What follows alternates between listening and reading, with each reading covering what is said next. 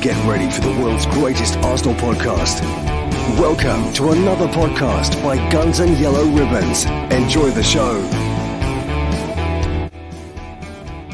Hello and welcome to another podcast by Guns and Yellow Ribbons. My name's Fergus, I'm your host. I'm joined by old man Trev and Posh Gooner, Peterborough Gooner, Dale Knowles. Hopefully later on we're going to have Mike from Boston joining us, but it's a really poor time for them to try and jump on because it's 2 o'clock in the afternoon or 2:30 in the afternoon out there. Guys, welcome to the show.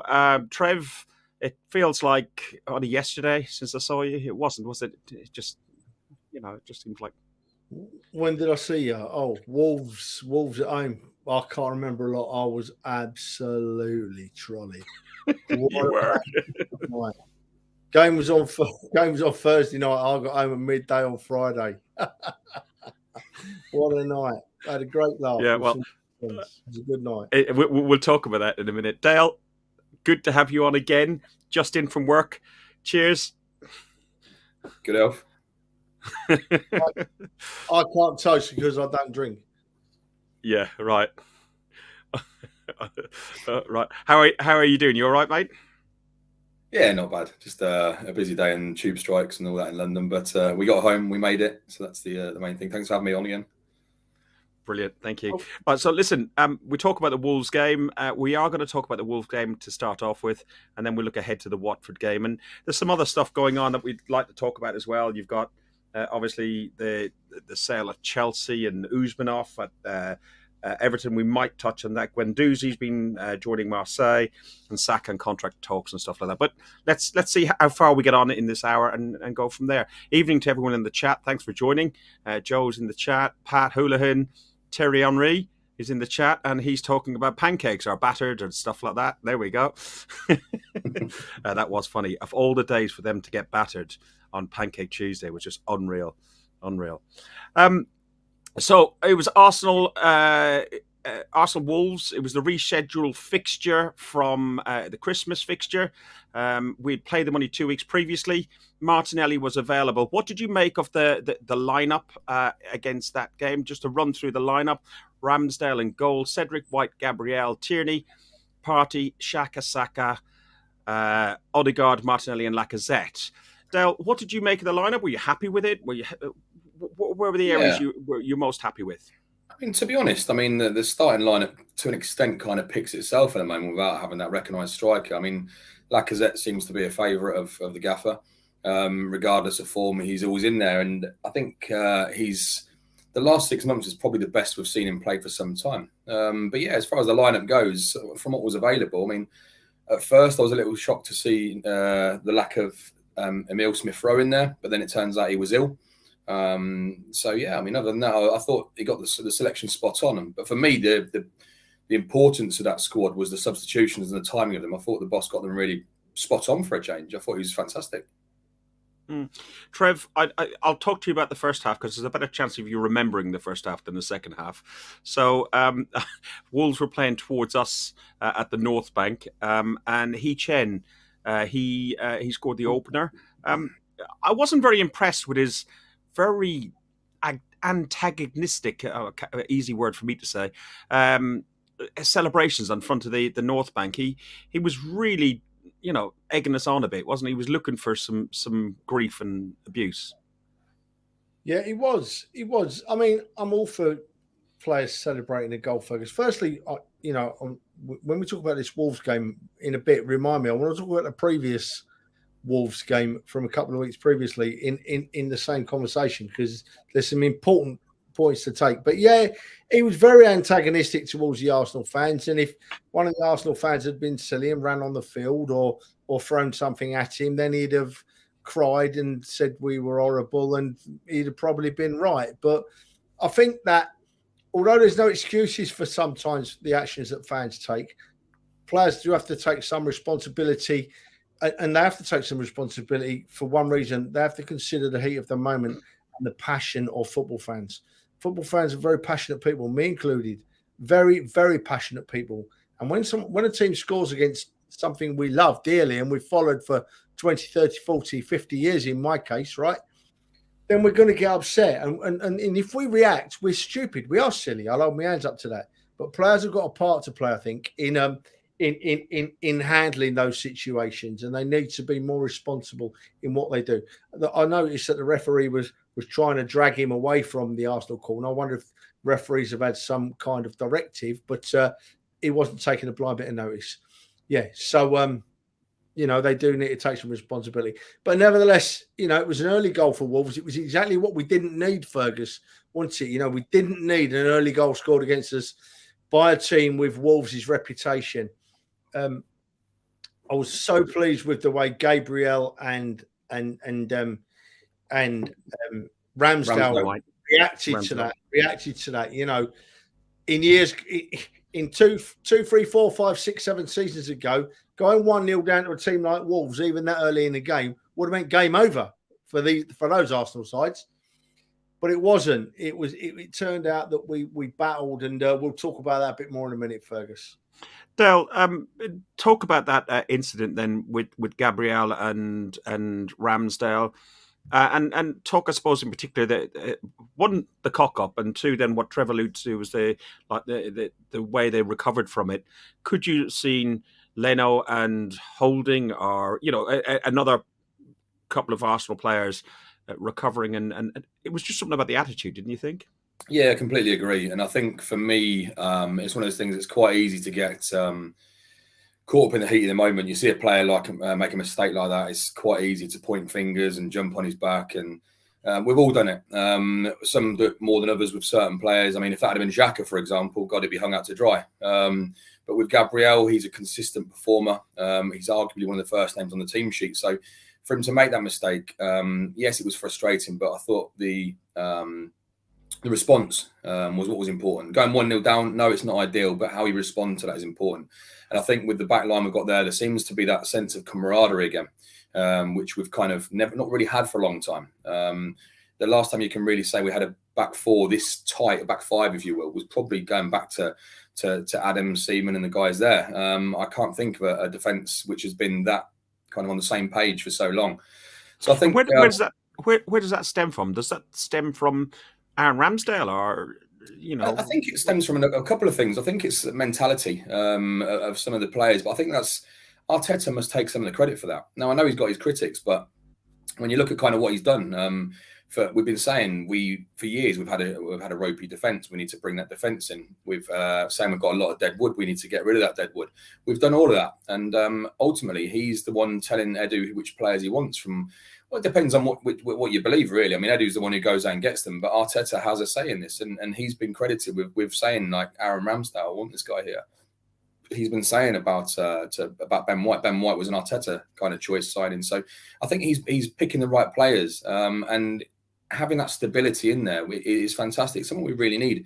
There's no egos in that back line. There's no egos at all. When you look across, I mean, you'd say our back four would be Tierney, Tomiyasu, Gabriel and White. None of them, including all Ramsdale, have a smidgen of attitude about them. They all want to play for the crest. They want to play for each other. And as Trev touched on a moment ago, I think it's so important that when you make those mistakes, they're going to happen. We're only human, right? The response. I mean, that you say we didn't need that goal, did we? I think that gave us the kick at the backside we probably needed, because would we have attacked Wolves the way we did if we hadn't conceded that goal early? I don't know. Trevor, good point made there by Joe. It all stems from three of the back five speaking the same language. So if the keeper is shouting at you, you'll know what he's shouting. Also, Mikel stopped chopping and changing, and that made the most important thing. That's a really valid point, don't you think there, Trev? Oh, do you know what, Fergus? Absolutely. Firstly, I must just mention, I mean, Dal mentioned Tomiyasu there, and we all know that Tomiyasu's quite possibly been the buy of the season, but I'm not forgetting Cedric. Cedric's played really well in the last few games. Agreed. Absolutely nothing wrong. Just to mention, Dal. Joe's exactly right, and I've been saying it for years. The best defences I've seen at Arsenal over my years are defences that play together week in, week out. They get to understand each other. They get to know what each other's doing. And the more they play together, the better they've got.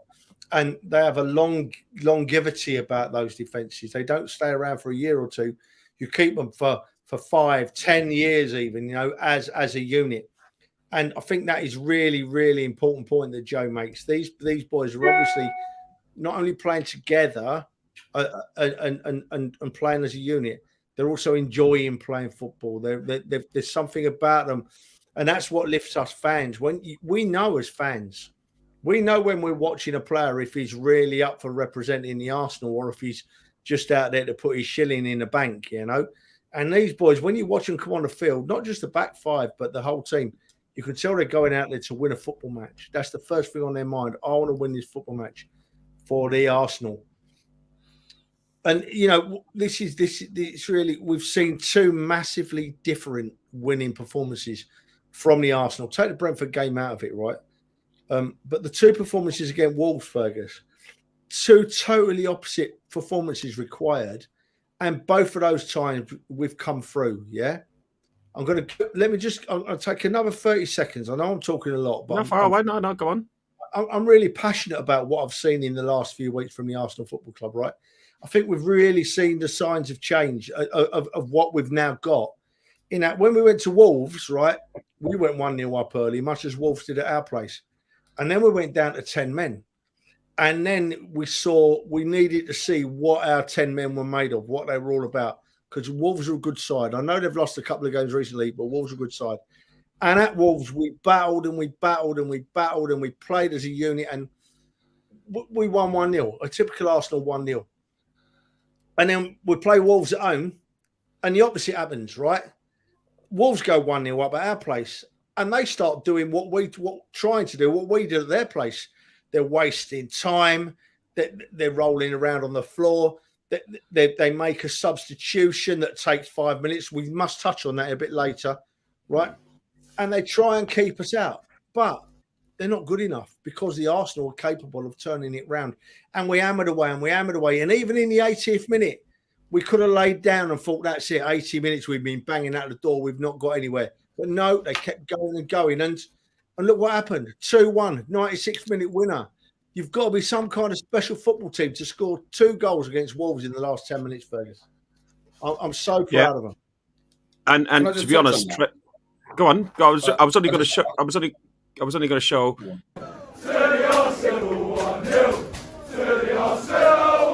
The togetherness among the fan base as well on those 2 games as well. We'll put some footage up from the last one. Go on, Dale. Sorry. There's what Joanne just says there. Wolves being very well organised. A statistic I saw, which I posted in the WhatsApp chat recently, I thought was absolutely incredible. So Wolves haven't lost a game when going ahead in 45 games, whereas 3 years. And Arteta, Arsenal haven't won a game under Arteta when going behind, which again astounded me. I thought it was an incredible statistic. So it just goes to show kind of what we're up against there. So before those 2 games, if you'd have asked most people, that is no Arsenal, not Arsenal fans, because obviously most of our guys believe in the team. But if you ask the majority of football fans who is going to take the points from them games, I guarantee you now nobody would have said Arsenal will take all 6 points against Wolves home and away. No, to be honest, Wolves, the way they'd been grown in stature, if I'd taken 3 or 4, I would have been over the moon, which is wrong considering where you think Wolves were a number of years ago. But the league has changed tremendously. You just have to look at even the FA Cup. We got knocked out by Forest. Man United get knocked out by Borough. Spurs get knocked out by Borough. So it just shows that the quality of that sort of tranche of football teams is not as good as it used to be, and the lower down teams seem to be picking up their game against them. And the top 2 or 3 elites are just miles ahead with money, but we'll see how that goes in the future. Look, Arsenal enjoyed more possession and registered more than 4 times as many shots against Wolves in the game. We had 56% possession, 44% to Wolves, 21 attempts on off target and 5 on target. And Wolves scoring at 1, but only had 1 other attempt on target. So it was a quiet enough day for Ramsdale. We talked about the tactics that Wolves, we touched on the tactics that Wolves adopted. The fact that when they go 1-0 up, they were very they're very tight and defensive. And then we looked at the for the want of a better word, the cheating, the rolling over, the falling, the extended time to do that, the confusion of substitution. Trevor, you wanted to talk about that particular sub, and we'll come in and look at the goals and stuff then there afterwards. Talk about just that whole tactic of disrupting the game and breaking the game down. We had it against Burnley, we've had it against Brentford, and we had it on steroids with Wolves. Look, right, Fergus, I'm not going to knock any team for pushing the letter of the law like Wolves did. I'm not knocking them for that. If they can get away with it, they're going to do it. We would all do it. We would all do it. I don't know if you've noticed this season, Arsenal have obviously had a word with the ball boys and girls, because if we're winning, the ball boys and girls take 4 times as long to get the ball back onto the field than if we're losing. What really frustrated me about Wolves was the inconsistency. I use that word a lot nowadays. The inconsistency. And, I'm going to go back to the red card at Wolves, to the red card for Martinelli at Wolves, 2 bookable offences, right? Now, if that substitution where that player was walking off and then he got booked, and then he's walking back on, then he's walking off and walking on, and then they change their mind. If that isn't 2 bookable offences, what on this planet is? What on this planet is? So that was what really annoyed me about Wolves most of all. And in all honesty, it's probably not their fault. If they can get away with it, they're going to do it. It's the inconsistency. That's 2 yellow cards. It's 2 yellow cards. It's 2 separate offences, and they've got away with it. Martinelli at Wolves. Look, it's so frustrating. As for the time wasting, we hate it as fans. We absolutely, it's abhorrent. In the Brentford game, I looked at the clock. We were 8 minutes into the game at 0-0 when the Brentford goalkeeper started time wasting. But they're being let get away with it. And let's look at, if we're winning 1-0 with 5 minutes to go, I'm happy for the Arsenal to time waste. So it's not the fans, it's not the players that have got to do something about it. It's the referee or the powers that be really that have got to put out an instruction. But it was the consistency of those 2 bookable offences that really annoyed me, Fergus, out of the whole picture of how the game was officiated. Dale, does Terry have a good point here? Just about to put it up. It's poor refereeing again. It should have been stamped out right from the start. But we're seeing this in not only Arsenal games, but in lots of different games right around the league. That the quality of refereeing is poor. They just seem to be losing control, and the crowd have a tendency wanting to go, you don't know what you're doing.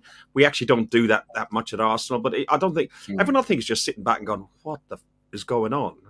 Yeah, no, I agree, and it just goes. It's not just the refereeing that's inconsistent; it's the FA when it comes to fining teams. I remember Arsenal got fined a few weeks ago for surrounding the referee, whereas Everton have done a similar sort of thing recently, and Everton got an apology from the FA to say, "Oh yeah, it should have been a handball." Well, hang on a minute. If you're going to start assessing every situation and saying, "Well, that's handball, we got that wrong," or "That's wrong, we got that wrong," the referees would be apologising week in, week out to a different club. Honestly, my biggest bugbear in football at the moment is the standard of refereeing, and as Trev mentioned, is consistency. It is consistent. It's consistently poor. It's very few games out there where we say, "Oh, the referee's had a good game." And I've refereed myself. I know how it is, and it's not always easy to get it right. But you know what? Even when you don't get it right, occasionally you'll have a good game. There's certain referees out there, and your heart sinks when you see them. You look at the team sheet and you go on who's refereeing the game, and you go, "Oh God, here we go." It's just, it shouldn't be at that point. The whole point of referees going professional was to improve the standard. Yeah, how many English referees are at major tournaments? The answer is 0. The reason being, it's so poor. VAR isn't the problem. The standard of people watching the VAR is the problem. Well, exactly for me, did you see the VAR issue? Sorry, Trev. The VAR issue is not necessarily the people that's watching it. It's not necessarily the referees on the pitch. It's the way it's been executed. The whole decision should be left to the referee on the pitch. The technology works in the sense that the referee should be able to go up to the screen and go, right, VAR assistant, show me if red number 6 kicked yellow number 22.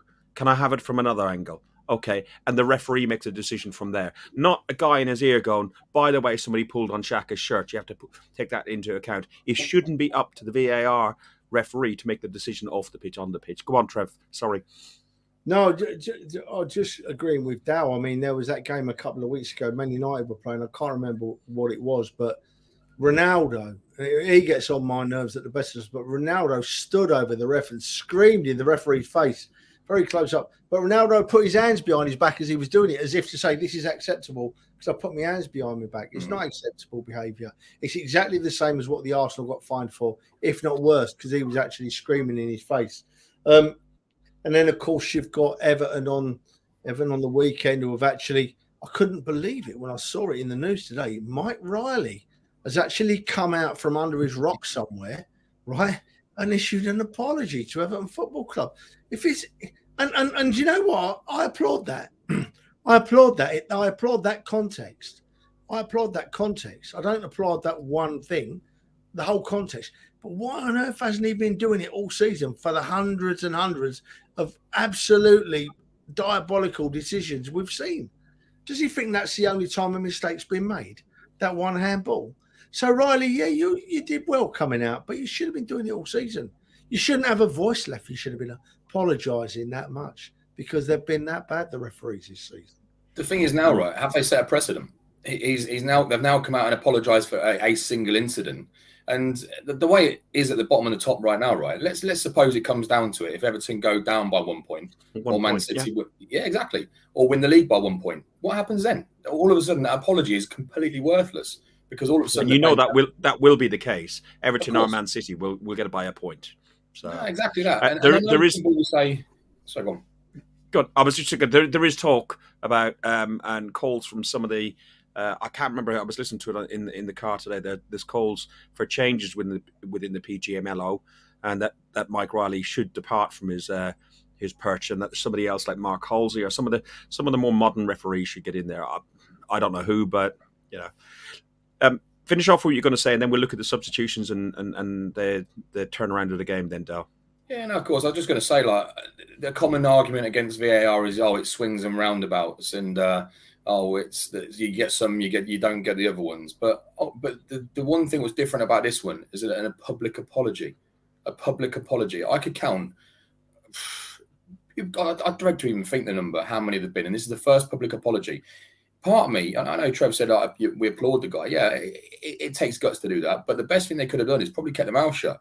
Because now what happens going forward between now and the rest of the season? I don't know. And you can go back to the Man City game. The only thing that came out of that, for me, I didn't realise they had so limited number of angles, considering there's about 30 or 40 cameras at a Premier League game, that they've only got 5 or 7 angles. But 5 or 7 angles should be enough. Let's get back to the game itself. So Pepe was substituted for Martinelli on the 71st minute. Cedric was substituted for Eddie on the 76th minute. I was a bit surprised, Trev, at the Martinelli. By that stage, you were absolutely ruined, I expect. The Martinelli taken off. I probably wouldn't have taken him off at that point, would you? Yeah, absolutely, because I trust Arteta and I trust Arteta's decisions. So if Arteta's our manager and he thinks that Martinelli's got to come off, mate, he's got to come off. At this point, it's really important we say a couple of things, Fergus, right? Firstly, I thought that Eddie and Pepe, the subs, come on and look much more interested in playing football for the Arsenal than I've ever seen them. They look different players, and credit to them for that. We're quick enough to call them because, you know, if we're going to call them out on this podcast, we're going to praise them when it's due. I thought they came on and really tried their hearts out. And if we're honest, changed the game, turned the game. And the other thing that we need to talk about as well, we need to talk about Granit Xhaka, right? Because I've been one of Granit Xhaka's biggest critics. I have. I'm not nasty about it, but I'm not pleased with Granit Xhaka. But the last couple of games, last 3 or 4 games, and particularly last Thursday against Wolves at the Emirates, I thought he was absolutely superb. I thought he played further up the field, Fergus. I thought that Granit Xhaka played a bit further up the field and was winning the ball further up the field, trusting Partey behind him, and it gave him more options. And I thought that the Partey-Xhaka partnership that I've said for weeks has been growing slowly looked really, really solid, looked really good. So credit where it's due to Granit Xhaka. He was my man of the match. He played further up the field. Keep doing that. Thomas Partey beside him every game he seems to improve. Can't see a weakness in him at the moment. Shooting. And then the subs. Got to praise the subs. Dale, the Granit Xhaka positioning, he seems to play like Odegaard and Xhaka as two sort of number 8s, and Partey a little bit behind him. Unlike Trev, I didn't think Partey had a bad game, but I didn't see him as outstanding, and I haven't seen the Partey of 45 million just yet. But he has had some good games, but not outstanding. What do you think about this 2 number 8 sort of role? I think we done it against. Was it against City? And it's where we've been the most effective. Yeah, I think we're touching on what Trev said there. I think what's important to that, forget the positioning. I think what's important is the relationship building between the players. I think that Xhaka has. So let's face it, right? Xhaka, if he's kind of one of your last men, and occasionally your holding midfielder does become your last man at times. Would you want Xhaka being in that position? Probably not, to be honest with you. But going forward, we know he can strike a ball. We know he can pick a pass. And one of the things I've noticed about Xhaka is the further forward he is, the more inclined he is to kind of turn and pass forward, because frustratingly, he's one of these people who normally picks out a 5-yard pass backwards. And that's kind of pretty much what we've seen over the last 2 years. It's been quite frustrating. So to see him building that relationship with Partey, and the key word there is trust. They trust each other. Xhaka's that bit more adventurous going forward. And when he does, he doesn't need to tell Partey to drop, to sit back. He kind of naturally just does that. And vice versa. I mean, occasionally when Partey did push forward, if you watch the game again or watch the next game, what you'll see is if Partey pushes forward, Xhaka naturally drifts back. And that for me is the key of a massively important midfield pairing. And it's, again, it comes down to trust. And they're trusting those around them as well, which is what we said about before. The camaraderie you're seeing in that team is something we've not seen in a long time. And Pepe scored a deserved equaliser. He came on at the end of a really good move down the right, and he put the ball in the net. What did you make of that goal? Because I know you said Pepe impressed you. He's not a player that has impressed me overall. Again, but he was excellent in his cameo on the night. Take away the price tag. For me, the price tag is what a lot of people judge him on, and rightly so to an extent. If we'd paid 25 or 30 million pounds for Pepe, would they still be talking about him in the same passion, both positive and negative, as what they do? I don't think they would. I don't think we would, to be fair. But I think the problem we've got is the club have put such a big price tag behind him. We do expect more. We do expect better. And has he delivered historically? I don't think. There's no thinking about it. He hasn't. He's not lived up to the player that he should be.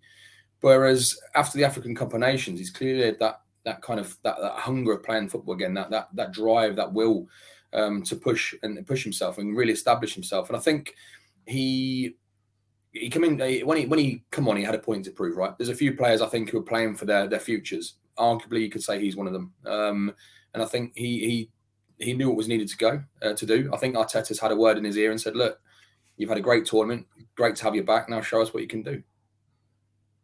Trev, what were your thoughts on Pepe's goal and then Martin Odegaard hitting the woodwork, nearly got that late winner? Yeah, it's not Pepe's fault that he's a £72 million player, and Dale's right. He's got that chalice hanging around his neck, but you see, what we do forget, he's not been at Arsenal 5 minutes now. He's been at Arsenal quite a while, and that's why the fans are starting to doubt him, including me. And that's what really makes you pleased when he come on. It was a cracking finish, Pepe's goal. He had quite a bit to do, and he turned and put it away nicely. And I was so pleased for him, and Eddie setting him up. So maybe Eddie and Pepe are starting to think, hang on a minute, there's a party going on here. There's a party going on at Arsenal. I don't mean the player party. That's not a pun. There's a party going on here at Arsenal, and I want to be part of the fun. I want to join the fun. I want to go to that party. And because I saw Joe Chester, our good friend, put in the comments earlier, Arsenal were the team that others don't want to play at the moment. And that is undoubtedly starting to be the case. We're not quite at the level yet, but we are so close. We are so close. We're having a great season. I just hope we don't drop off at the end of the season like we have been known to, particularly in the Emery season, we dropped off. We just keep going, We've got Tottenham to play, Chelsea to play, West Ham to play, Liverpool to play. If we can get 6 points out of them 4 games, I'll be very happy. But what people are forgetting is that fourth place is in our hands, but also third place is in our hands. We've got to play Chelsea. If we win every game, right, and we beat Chelsea, it's a massive if. We're just talking out the box. We finish third in the Football League, right? We finish third in the Premier League. That's unbelievable, superb, fantastic. I cannot give Arteta I've held back from saying this for a while, but I'm going to say it, and I'll upset a few people. I cannot give Arteta enough praise for this season, where he started, where he finished last season, where he started this season, what happened at Manchester City over Christmas, right, when we got absolutely ripped apart. Since then, right, we've really seen the Arteta team coming to the fore. You know, the legacy of the previous managers is almost gone. And those that are still left are starting to change their ways. So this is Arteta now, you know, and I'm excited by it. I'm excited by the football he gets us playing. I'm excited by the way he conducts himself. I just want to go and watch Arsenal again. There was a time when I'd think, oh, here we go again, off to bloody Newcastle at the weekend. But now I can't wait. I can't wait to go to Watford this Sunday. You know, I can't wait to go to games. It's a wonderful feeling to be an Arsenal fan again. And listen, with 94, 92, 94 minutes in, Nuno Tavares was taken on for KT. I was on my phone just taking a picture of the scoreboard at 1-1 and about to put up a discussion point on Arsenal Fans Forum. Hard fought point. And I was about to ask, what were your thoughts on tonight's game? And within seconds, the place has erupted. Lacazette gets a great assist, and he, in my view, scores a goal. Dale, it's hard to take that goal away from him as an own goal, isn't it? Yeah, well, the thing is, I mean, we normally sit there slating the likes of Eddie, and not slating, that's the wrong word, but talking down the likes of Eddie and Laka and a few others as well. But it is hard on him. I think he's worked hard, but it doesn't take away the fact he's a striker who doesn't score goals. That's the one thing. So the same with Eddie, really. He scores goals against in the games that doesn't matter. It was great for him to get an assist. I can't take that away from him, and I'll be forever grateful for what he's done. But let's be real, right? Some of these players we're talking about. Yeah, it was a cross. That's a great point, because I was debating with somebody on Twitter at the time. But let's face it, if we're looking to progress, right? We're taking what we've got, we're making it better. Can we improve on what we've got out there now? And in the striker position, 100 times over. I saw somebody ask a question on Twitter. Out of all Premier League teams, have they all got a striker better than what we have? From a goal scoring perspective, they probably have. When you look at even the likes of Brentford, Ivan Toney scored more Premier League goals than what Lacazette scored. When you look at Norwich, they've got strikers that score more than. And let's not forget, strikers are there to score goals. Eddie's had chances time and time again in the Premier League, doesn't score goals. Can't fault his work rate the other day, but the reality is, I don't think they're good enough. Yeah. Tony in the chat says, who goes on the phone during the game? It was when the substitution was happening. There was nothing happening on the pitch, Tony. So I had to take the picture and post the post. So, needs must for the group and stuff, for the greater cause. On that note, though, can I just add on that note there? I'm not a big fan of people going on phones during games and stuff, but occasionally, if you do see videos of someone, I remember being at Arsenal-Leicester, when Welbeck scored like a late goal for the winner. We were literally just about to walk out, and it was like deep into stoppage time. And my pal next to me, Dan, and he sat there and he was like, "Oh, just record this." And that there was, I look back on that video now, a short 30-second video, and the smile it puts on my face. So although I'm not a big fan of mobile phones at football matches, occasionally, you know what, they do have their uses. It was, to be honest, I don't as a rule. All the groups, everything else, all go on. You do. I don't. You do. Don't make me swear on here. Don't make me swear. Everything goes on mute. Like all the WhatsApp groups that we're on, they all go on mute for 8 hours, and I'll pick them up when I'm back on the tube afterwards. But I'll tell you what, I was glad I had my phone at the end, because the celebrations in the stadium, you're 96 minutes in. It's a late kickoff. The Emirates is renowned for emptying after a game, and with 5 minutes or so to go, there's people rushing for the Arsenal tube station or rushing to Finsbury Park to get ahead of the queues. And we had events like this. You look at the crowds that are in there.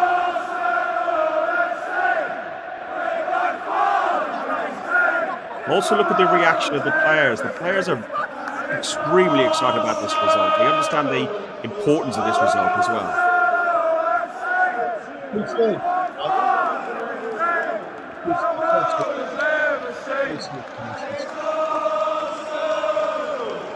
The whole North Bank is still full. Even Potsley's there, look. He's singing There's Only One Arteta at that very moment in time, I think. Trev, where were you?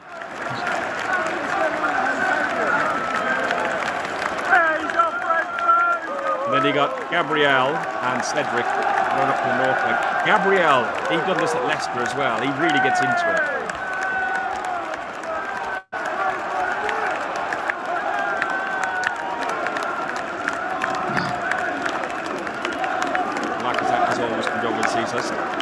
And Granit Xhaka, I must admit, he had an outstanding game that day. He had a great game. Not a great fan of it, but this is my favourite of it. Aaron Ramsdale and Saka jumping into each other's arms. Absolutely brilliant.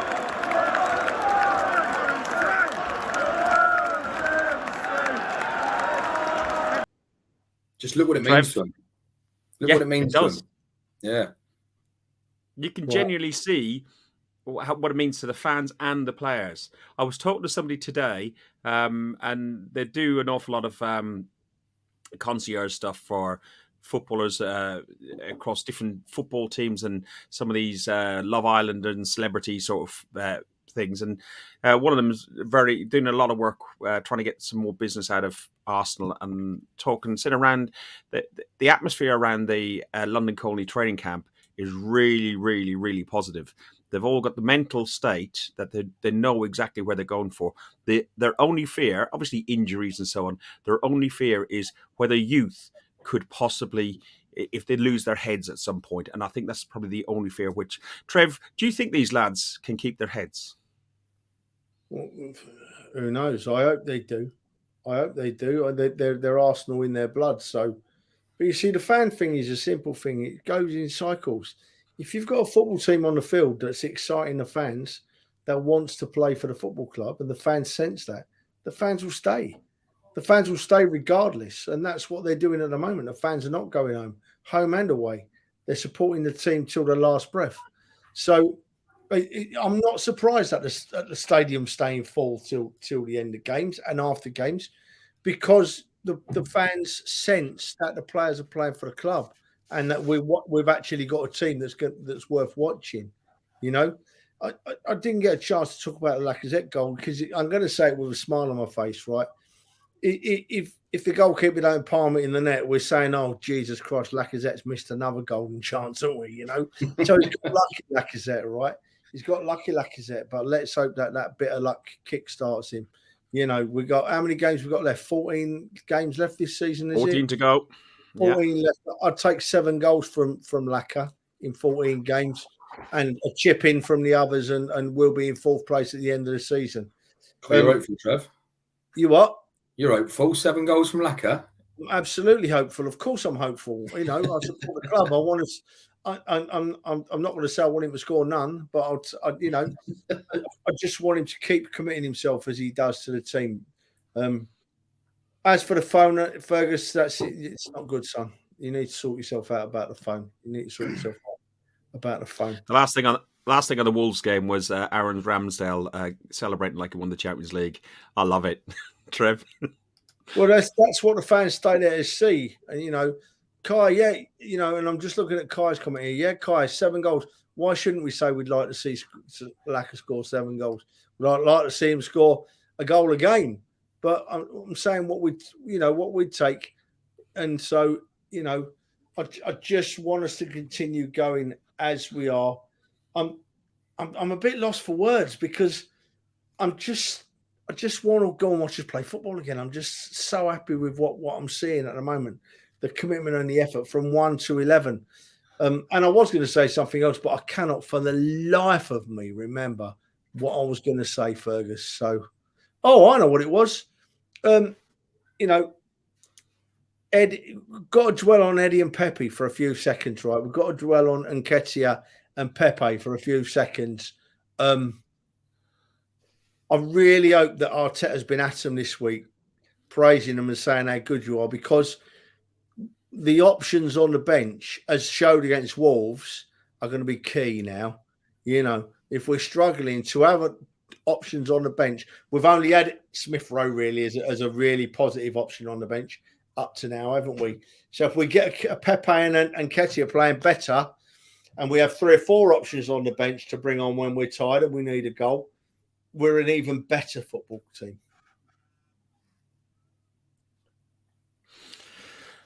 Next up, we have got Arsenal away to Watford. 7 goals all against Spurs. That'd be perfect, Matt. Arsenal against Watford. Our head-to-head with them is Arsenal have won 12 and Watford won 2. We've scored 33 goals versus their 12, and we've kept 8 clean sheets. Watford are 19th in the league. They've drawn, lost, won, lost, and drawn. 5 wins, 4 draws, 17 losses all season, with a minus 22 goal difference.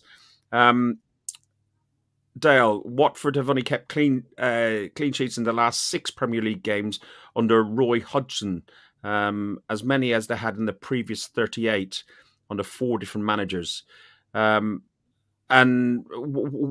where do you see this game going on Sunday? Truth be told, they did. Go on. I was only going to say they did give Man United a bloody hard game last weekend as well. Didn't they beat them 4-0 earlier on in the season as well? Man United did, yeah. Yeah, I think they beat Man United 4-0, didn't they? I don't know. I can't remember. But I'm pretty sure that Watford beat United 4-0 in the league. But anyway, don't want to talk about them lot. So I'm never a big fan of looking at head-to-heads and statistics, because ultimately one game is 90 minutes long and everyone has a chance. I agree with that. Roy will set them up, so it'll be hard to break down, but I think we've got more than enough to get in there. And Watford show time and time again that once you get the first, there's normally a second and a third that follows. For me, this weekend is the most important for a long weekend. The reason being, right, we've got United, I think, have got City. United have got City, and realistically, City are going to win that. Let's face it. So if City win that, we beat Watford. Forget who our games are in hand against, because I hate people saying, yeah, but our games are in hand against Tottenham, Chelsea and Liverpool. They're not. They're against who we play next. That's who our games in hand are against. And if that is such a psychological advantage. We'll be 1 point ahead of them if I'm right, with 3 games in hand. That there is massive, absolutely massive. So this game here for me is, don't get me wrong, the Wolves games are big, but they mean nothing if we don't go ahead and win this game here. I think, like someone commented a moment ago, they are hard to break down initially, but once you get that first one, I think they crumble, like the Berlin Wall. So let's just hope we get an early goal. I think an early goal, and it could be quite a big scoreline. I think we could see a repeat of the Leeds game, but I think it all depends kind of how we go out there. If we go out there all guns blazing and we go out there to win that game, there's only one winner for me. Trevor, Arsenal have scored the first goal in 14 of the last 15 meetings against Watford, with the only exceptions when we lost to Watford in 2017 at the Emirates Stadium. Is it key on Sunday that we go out and get the first goal? No, as we've shown recently, it's desirable. It's what we want. It's not key. We could give away an early goal and we should still beat Watford on current form comfortably. But obviously, we don't want to give away an early goal. I think the defeat in 2-17 at our place was the old Troy Deeney Cahoonies thing, wasn't it? Cahoonies, yeah. And I mean, that still grates with the Arsenal, and that still fires our fans up these years later. So thank you, Troy Deeney, for doing that. You've been a right help in lifting our fan base against Watford. No, Fergus, I don't think we won't lose a game because we give away an early goal. We're a better side than that. We're capable of scoring one goal against Watford, more than one goal against Watford. Spit it out, Trev. More than one goal against Watford. But it is Arsenal, so who knows what's going to happen. But going on current form, it should be a comfortable win for us. And as Dal rightly said, another 3 points on the board. And they've all got to play each other, including us. We've got to play some top teams as well. We've just got to do better than the others. We're right in the mix. I think we'll win at Watford. And as you rightly said, Roy Hodgson don't muck around with his teams. He gets them set up well. But the quality of the players, the pace of the play should see us turn Watford over. Yeah, Adele, I think the one that you were referring to is Ollie's last game in charge. It was a 4-1 defeat United had. Yeah, that's the one. So, yeah, thank you everybody in the chat for helping us on that one. So let's go around and get your is there anybody you particularly fear within the Watford side then, Dale? Truth be told, no. I mean, when I look at our squad, I mean, 1v1, any of them, I'd fancy any of ours versus any of them. And I genuinely do think if we get I know we're saying it's not imperative to get an early goal, and we've shown that we can come from behind, but nobody wants to come from behind, right? I think we go out and we score in the first 10, 20 minutes. I genuinely do believe we've got another 4-5-0, hopefully, on our hands. I think, but rather than a 4-5-0, great. It's great for the goal difference. I'd love us to a 1 or a 2. Now I see a comment saying 1-0 every game. I love the clean sheets. The clean sheets are almost as important as goals these days. And you've seen what it does to that back line. That back line, they're devastated when they score. If we're winning 4-0 and they concede in the 90th minute and it make it 4-1, they literally feel like they've lost the game. It means so much to them. So a clean sheet, a 2-0 win, I'll be happy with that. Trev? Ferg, it's a really interesting point Dal makes there. A really interesting point in that in recent seasons, we've gone into games thinking, well, we're going to have to score 3 or 4 because our defence is going to let 1 or 2 in, right? And that's changed for me completely. I now look at opposition teams and I think, they ain't going to score against us. I thought it against Wolves, both games. I thought Wolves can't score against us. And they scored once through our own fault. They didn't score through any of their own work. So isn't it great the way it's changed? That we've now got a defence at the Arsenal that we can look at and say, yeah, that lot can't score against us, I don't think. We should be all right.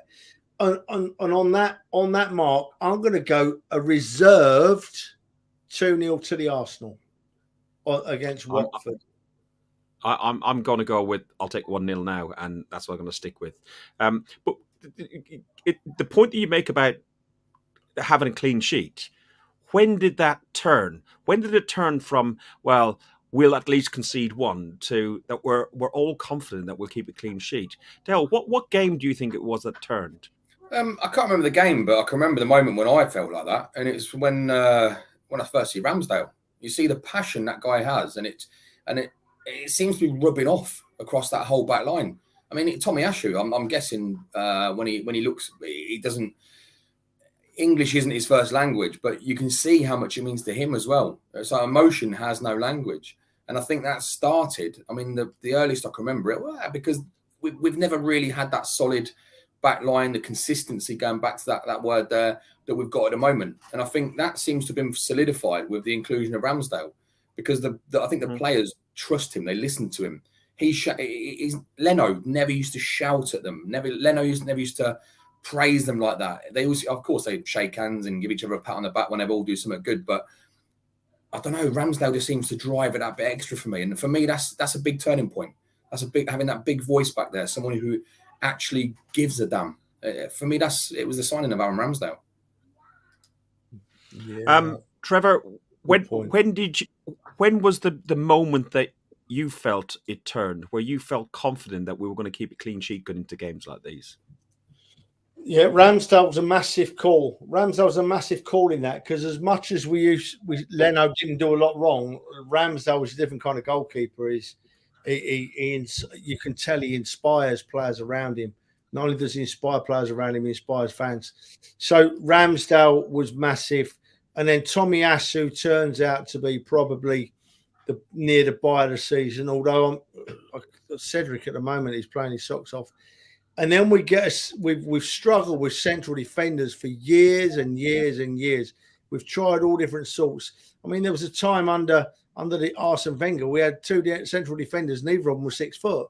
And you know, we knew that we were going to give away goals every game. Set pieces, it was horrendous. You know, these big lads had come up, and I can remember we played Southampton away 2 or 3 seasons ago, and we lost. And I can't remember whether we lost or drew, but set pieces in our box, our defenders were a foot shorter than all of the Southampton players, and you're thinking we've got no chance here. We're not gonna hold out here. We were getting bullied. So going back to it, you start to see it form the second, you know, getting into this season after the Man City game where we got battered. You know, Ramsdale comes in, and then Tomiyasu starts playing really, really well, and although Lokonga, what's his name, the left back did really well, Tierney comes back and gets himself really fit and starts playing. And then the most important part of a defence, right? We find 2 central defenders with a pair of balls. They've both got a pair of balls, you know. They both play their hearts out. They both don't get bullied. They both get in people's faces. White and Gabriel, right, have been revolutionary. You watch White and Gabriel during the game, they do not give a damn about anything other than keeping that ball out of our goal. They've been an absolute revelation, those 2 centre-backs. I can't sing their praise high enough. And, of course, I've mentioned them all there. And then when you put them all together, you've got a very, very good defence. A young defence. A defence that's still learning to play with each other. A defence that could stick together if we keep them for the next, 8-10 years. Be excited. That is when it all changed, Fergus. When the 5 we play regularly now started to play together regularly. And you've still got Cedric and what's his name? The lad on left back as well. Come on. Nuno Tavares. Nuno Tavares. We've still got them to come in who can both do a really good job. So, yeah, and then Holding comes into the centre defence if we need him and never, ever lets us down. I'm very happy with that. Any problem we've got now is up the other end of the field. Yeah, agreed. I mean, you stick Aubameyang's goals into this team. No one could foresee Aubameyang not doing what he's done now. So I don't want to bring his name up, but let's look at his goal scoring prowess over the last few years. He has been deadly in front of goal. Let's face it, right? You stick those goals in this defence. My God, what a team we've got there. What a team. You mentioned Ben White and Gabriel. Let me just say one thing about him before we move on from this one.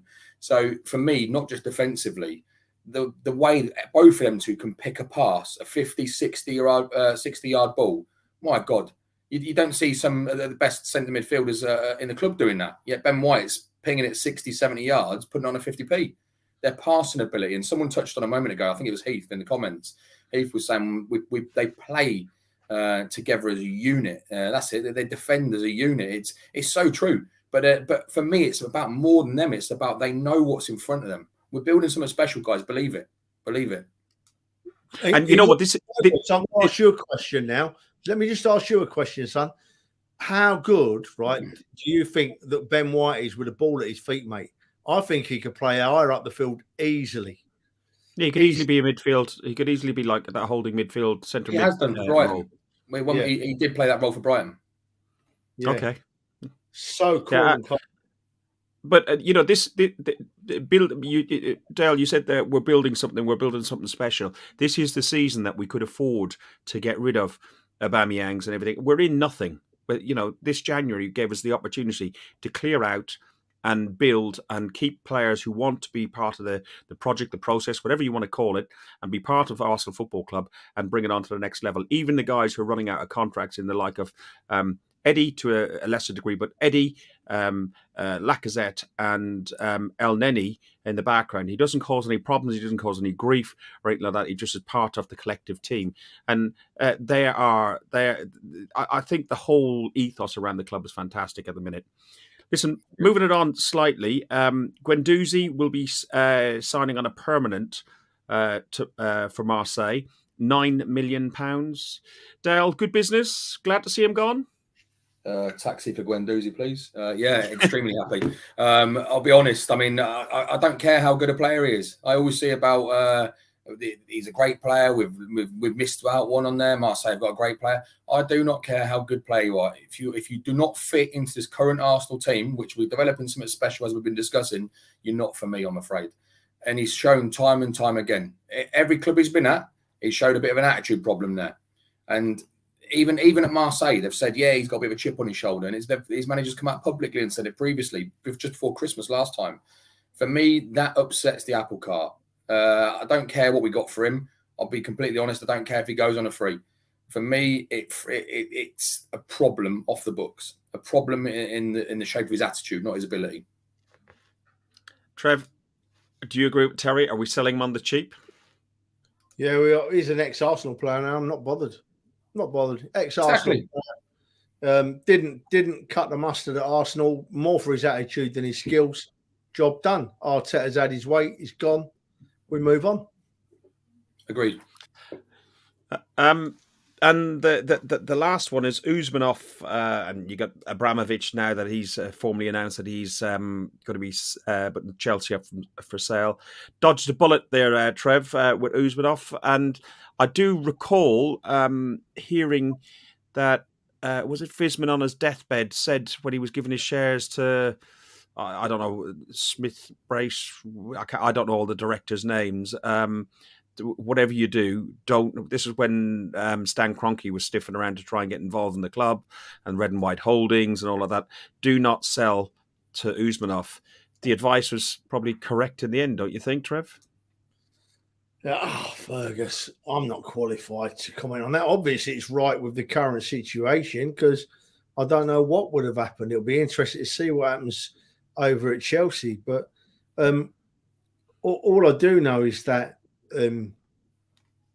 it was I couldn't remember what program it was, but you know me, Fergus, I've got thousands of old programs, and I can remember reading one at about the time when Kroenke was coming onto the board at the Arsenal, and Hillwood was still alive and still chairman, and he was saying good words about Kroenke, Hillwood, about how there's certain values at Arsenal, and he's sure that Kroenke will uphold those.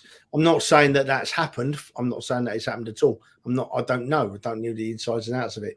But what I do know is he never ever praised Usmanov and never mentioned Usmanov. So maybe he knew. Who knows? But we've got what we've got. I want, we should really briefly mention for a few seconds about what's gone on in the Ukraine. It's a country I've been fortunate enough to visit. I've walked around the streets of Kharkiv. I've walked around the streets of Poltava. I've walked around the streets of Kiev at all hours of the day and night and never felt unsafe. They're lovely. The Ukrainians are lovely people.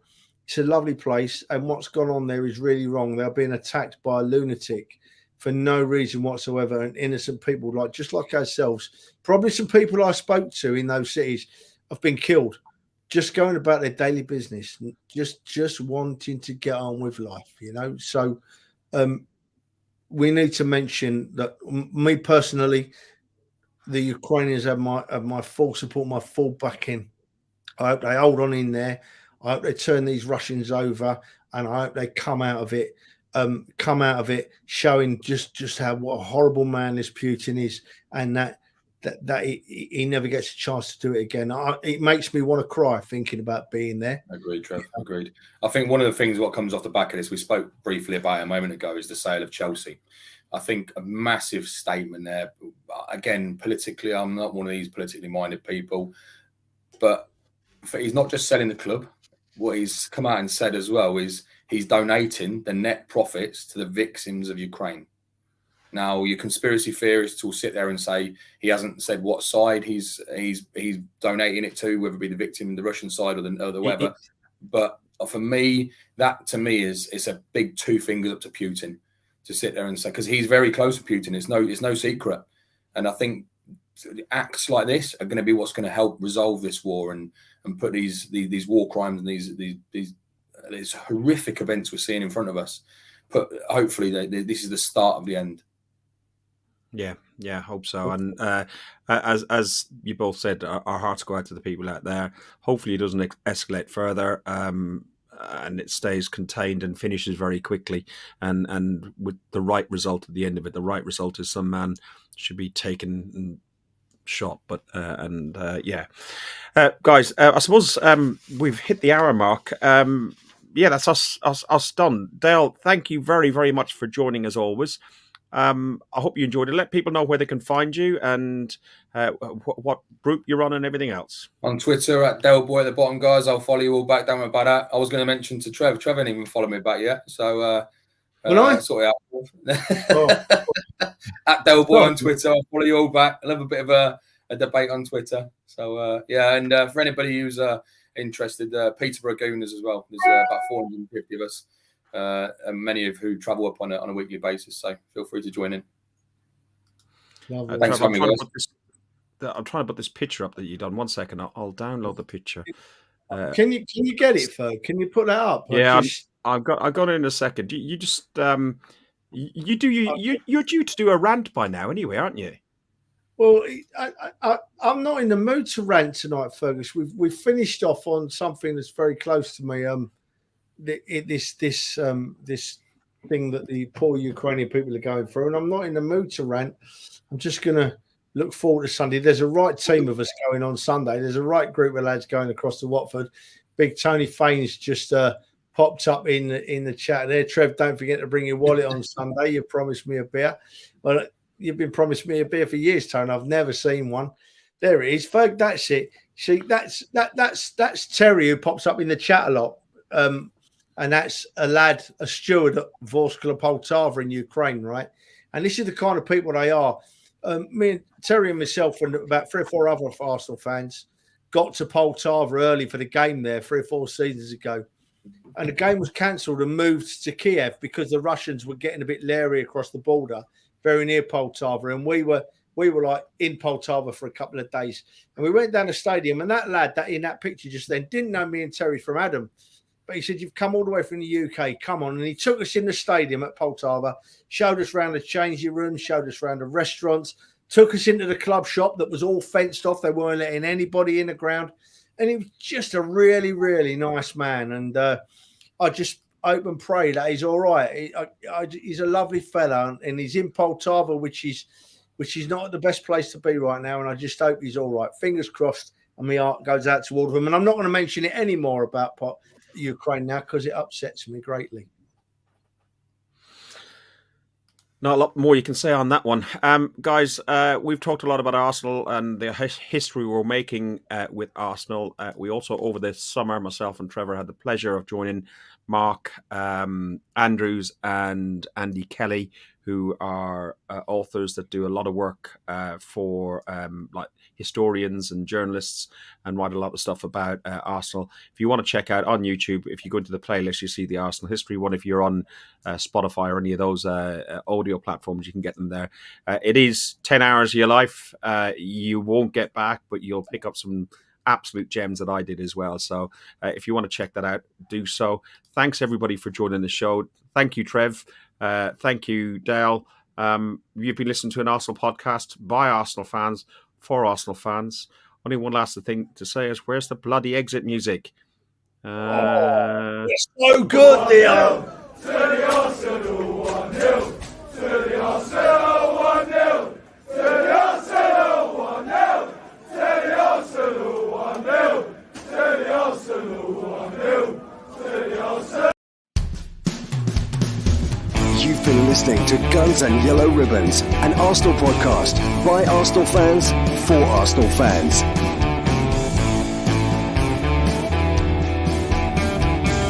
Follow us on Facebook at Guns and Yellow Ribbons and Twitter at Guns and Ribbons. And remember to rate and review us too.